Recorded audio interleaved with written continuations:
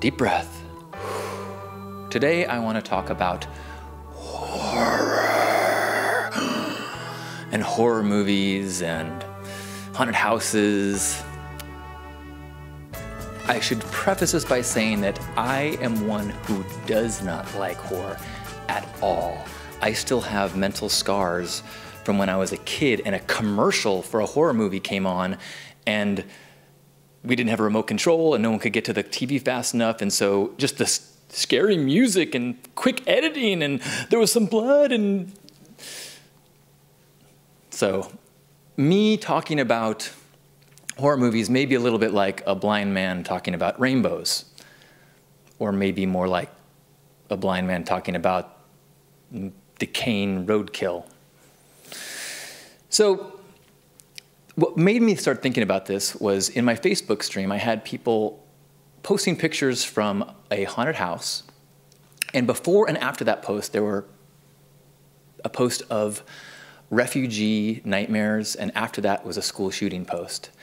And I'm thinking, how much fun can it be to visit the novelty of horror when we're faced with so much horror in our actual lives? So I've been trying to dig in and ask online and really try to understand what is it that makes horror so appealing, because it is definitely appealing. There is a place in downtown San Diego, this house or office building or some location that makes so much money during the month of October that the rest of the year it's vacant. It is just a haunted house. But all month long, there will be a crowd all around the block with people and their loved ones waiting in line for hours for an opportunity to be scared and be faced with slaughter imagery and have the insanity and the madness and the gore of life's most horrific moments displayed and shoved in your face for an evening of revelry. Whee! So I think that there's something to the tradition of doing this in October. Something that, like that well, let's go pick out our Christmas tree in December and let's get in line and do the haunted house. But still, like, that's a pretty intense thing to face. And I'm wondering if it becomes more or less fun as horror in the news becomes more prevalent, or maybe feels more prevalent.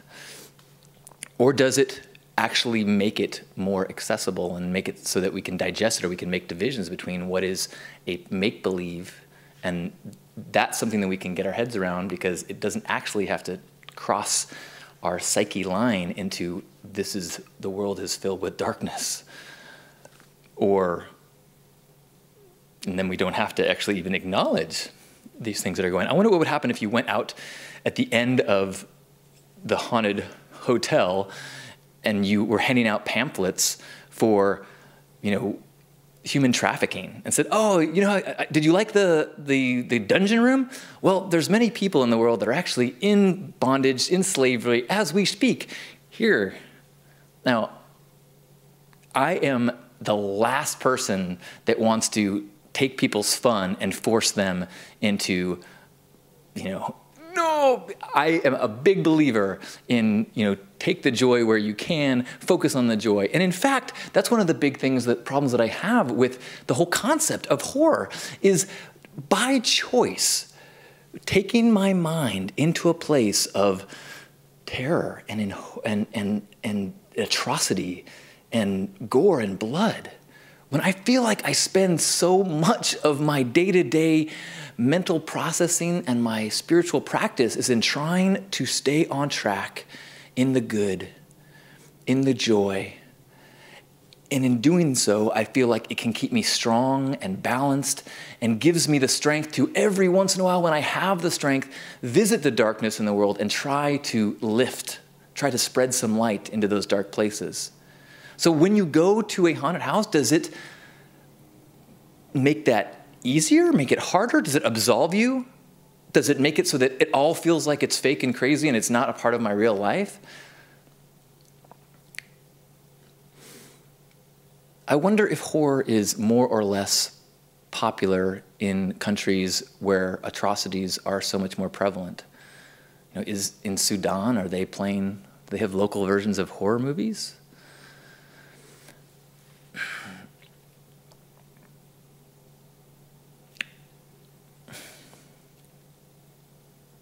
And so I wonder if part of this attraction is like an addiction.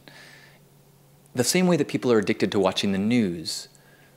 Whether you're aware of it or not, if you go to bed every night while you watch the evening news and get filled with stories of all that's going wrong in the world, you are going to have a level of anxiety that just you absorb.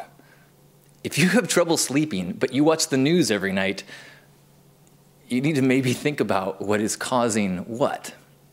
And so, does this visiting of the darkness contribute to that? I mean, I know that for me, little flashes of imagery from horror movies will stick with me for years and years, and so far, a lifetime.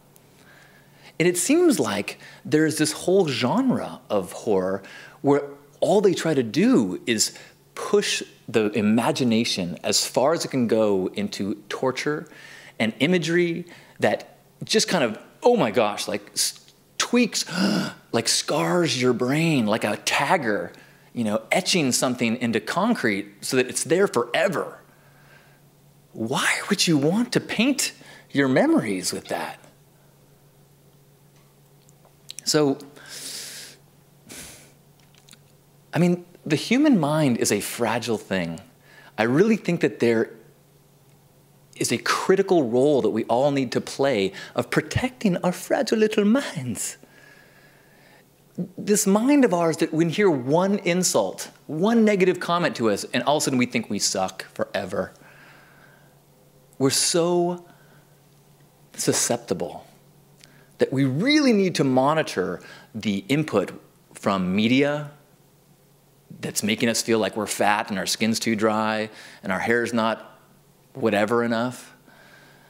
And so if we're not keeping a guard up on our mind and we're just letting all of this horror, this atrocity, just kind of like bombard us, like how can the mind not be like a scared little kid just being like, whoa? Or do you just go, the world is beyond comprehension, it's beyond, it's all fiction.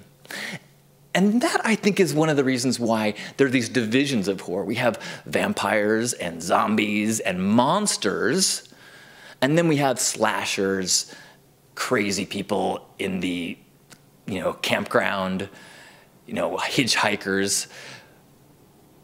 So let's go with the vampires first. I totally make sense to try to enjoy the thrill of fear within this realm that isn't real.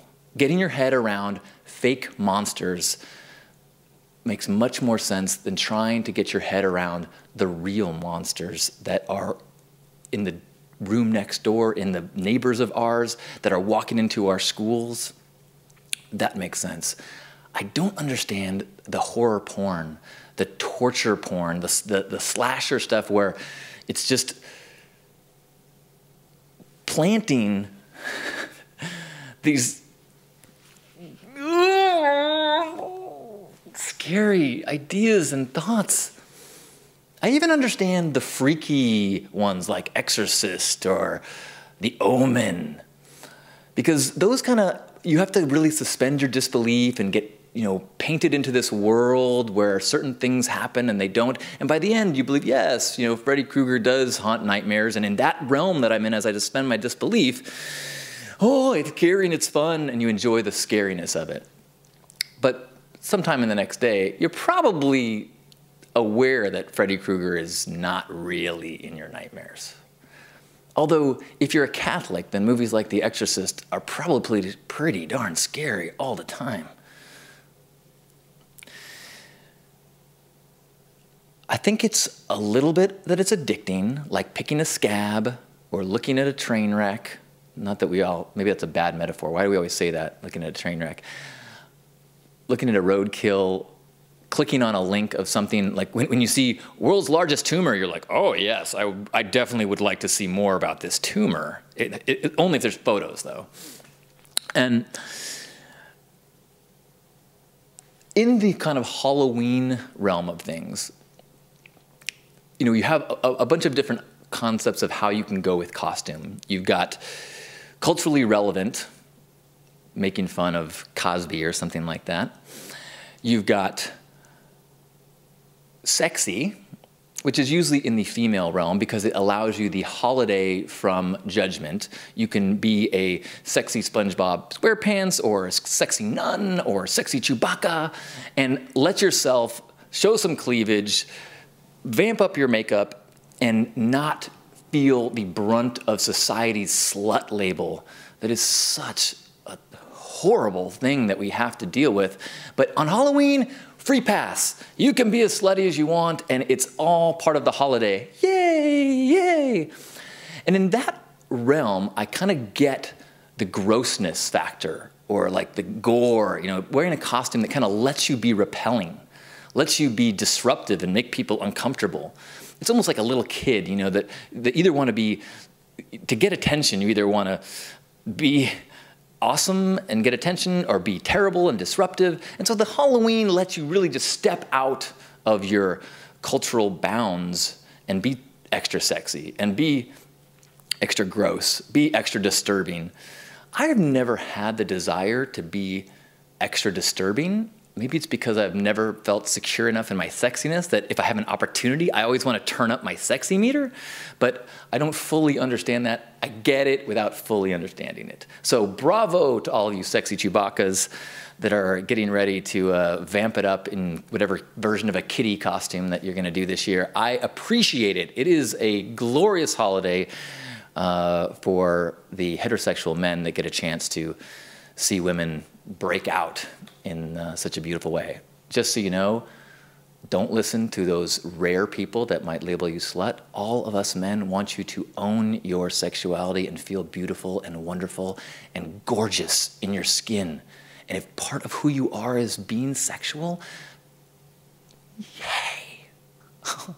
Any expression that is turning that down or urging you to not express that is a warped concept in a disturbed male mind, and you need to listen to me. Ignore that voice. You are not a slut. You are a freedom fighter. You are a superhero of sexuality, and you are part of what is healing this planet. Thank you, sexy Obi-Wan. So,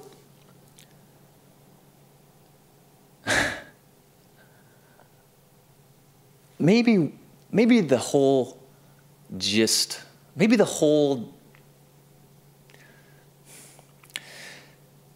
thing with the desire for horror is this relaxing of the constrictions that we have on our minds and our brains. It is letting go of that strictness of always being appropriate, always being kind and just, and actually letting ourselves explore the dark edges. Just because you dress up in a slutty costume doesn't mean you're going to sleep with everyone in the office. And just because you dress like a slasher doesn't mean you're going to kill people in your office. Please don't kill anyone in your office. But just the very vacation from the confines of our social contract can be liberating.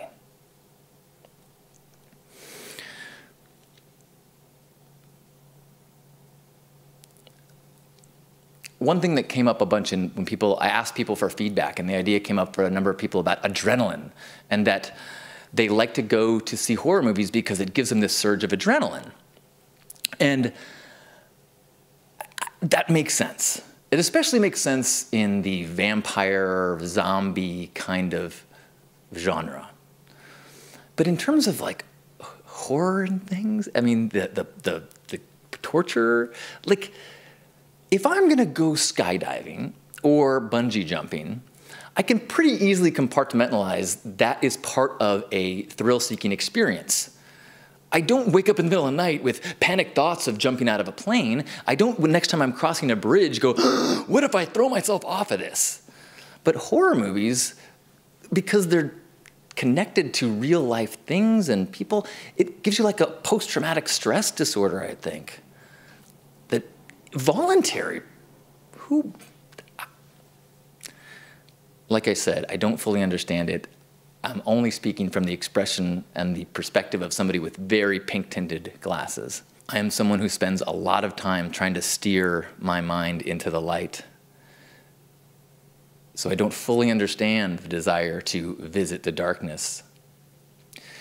But I recognize that visiting the darkness is actually a very human trait. It's why the horror movies are so popular. It's why violent video games are so popular. It's why rape fantasies are so popular. Nobody really wants to kill or be raped, but exploring the impulse can be a healthy process. I think one of the dangers of horror movies is that it plants these seeds and ideas and concepts of all that's out there in the world. You know, if I saw 15 minutes of a Friday the 13th movie, every time I go camping, I have the sound in my head. And do we really need that many more reasons to be on guard and to be fearful in the world? Hug Nation, this broadcast itself was actually started to try to combat that story that there's so many people out there trying to get you, because it is that fear mentality that makes us so susceptible to evil forces, quite frankly. And so that reminder that the world would rather hug you than hurt you. The world would rather hug you than chase you with an axe.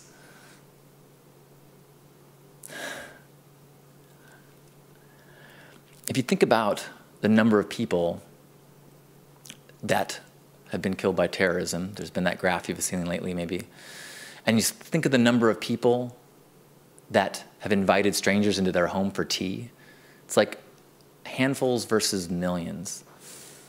And that's one of my big fears about the desire for horror, is that it adjusts, you know, any fiction that is replaying in our minds affects the way we see the world. Magazines that talk about how to improve your skin constantly make you think you have bad skin. Movies that tell you there's a crazy person out there in the woods make you think that people out there are a little crazy. And the reality is there are some people that are out there crazy. I wonder, at these haunted houses, they'll have these rooms, you know, a room with a axe murderer, and they have another with a chainsaw. Would they have a room from a classroom and a bunch of dead children? Or is that not the kind of horror that we like? I was very influenced by Jung, who pushed the idea of shadows, and that you cannot ever fully let your creative flow go while you're also monitoring and holding back any dark impulses. You have to embrace the shadow so that your full expression can come through. And maybe that's part of this, allowing the darkness out, allowing all the things that we tell ourselves is not okay to be okay in this protected space within the boundaries, within the walls of the horror movie or of the haunted hotel. And if that is the case, well then I applaud all of you who are exploring your edges and looking to understand yourself deeper.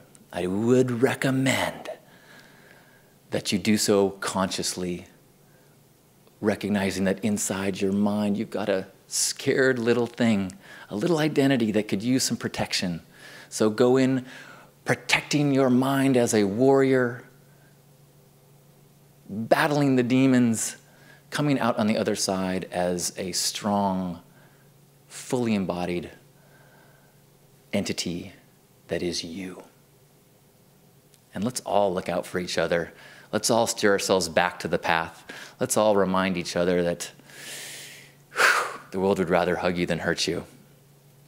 And thank you for your sexy costume, for your horror, for whatever it is that makes you feel fully alive. It is the full tapestry of it all that makes it beautiful. You can't make a magnificent masterpiece with just tones of pink. You gotta have dark colors, you gotta have black. I get that. And so I thank all of you who are contributing the darkness to our tapestry. Let's do so responsibly and as a loving family. As you visit the darkness and you explore who you are and you become strengthened by that shadow reconciliation, use some of that strength, use some of that power to every once in a while visit the true darkness in the world and shed light into those people who are not in fiction but could use some of your strength and some of your light and some of your love. Thank you. I love you. Now let's have a hug. Grab yourself by the shoulders. Oh. Whew. What a joy it is to not be being chased by a mask-wearing murderer. What a treat it is to be at peace and have this moment to reflect on all of our blessings. Let's remember that it can be easy to get caught up in a story about all the atrocities out there and all the crazy people and all the murderers out there. But remember that if you travel the world or you talk to your neighbors, the world would much rather hug you than hurt you. Let's remember that. Let's take 3 breaths together as those who feel the light. And let's let that light shine through us and shine on to all the people in our lives. 3 breaths. Ready? Inhale.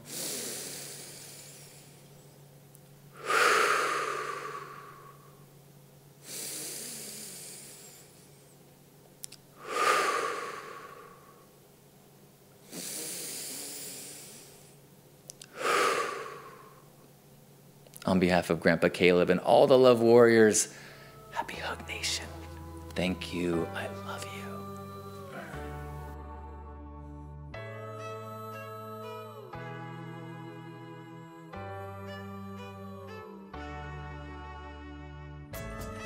Tom is saying, I respect other people's views on things, but could never understand why it's okay to watch a person kill another person violently on TV. It is not okay to show lovers making love. You know, that's something my brother brought up this morning. We were talking, and I was asking him about this, and he said, you know, it's tough to raise kids when violence and horror is so acceptable compared to affection and love. So that we went into a restaurant, and they had ultimate fighting on the screens, and they were, you know, beating each other to the point that his son, you know, his 9-year-old was like, Dad, can we have him change the channel? And my brother was like, how do I explain that this is actually an acceptable part of our culture? But they would never have, you know, softcore porn playing. And he was saying, you know what, if I had the choice, I would much rather have my kids exposed to lovemaking than killing and violence and you know, this kind of bloodthirst. So that's a really weird part of our culture. And especially, like, think about that people will wait in line for hours with their honey to watch a horror movie in a haunted house to see, you know, portrayals of people killing each other as part of a social event.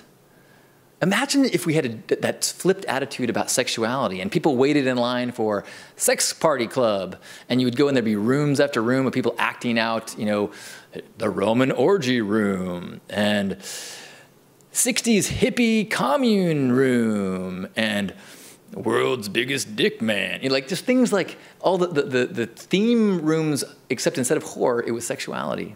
And it was entertainment and it was fun, and we you know, explored it in that way. You know, you can actually do similar things like that in Amsterdam. They do have these sex museums and sex clubs where people act things out in a very theatrical way that's not really that sexy, in the same way that, you know, someone with a chainsaw is not really that scary. It's a portrayal of something scary in the same way that the sex clubs are a portrayal of something sexual. But how crazy that is so, one is so acceptable, and one, it sounds so crazy that with this one base desire is allowed, and we have an entertainment, a public entertainment based on it, and the other we have a shameful entertainment based on it. Sometimes I think about what would it be like if our relationship to food was in that same category of shame and guilt. What if sex is a desire that you have that feels good and satisfies your sensations. Eating is a desire that satisfies sensations. And we have restaurants that, we write reviews, and it's all about like beautiful ways to present food and awesome taste. Imagine if it was the reversed, and we had,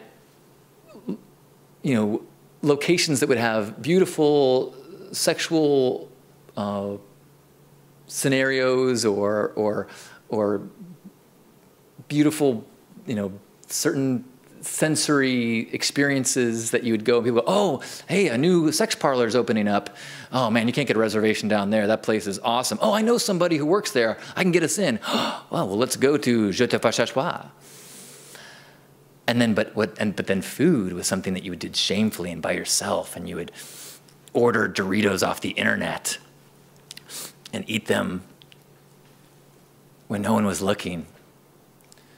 You get caught with Cheeto fingers and be, oh my gosh, I'm never gonna live that down.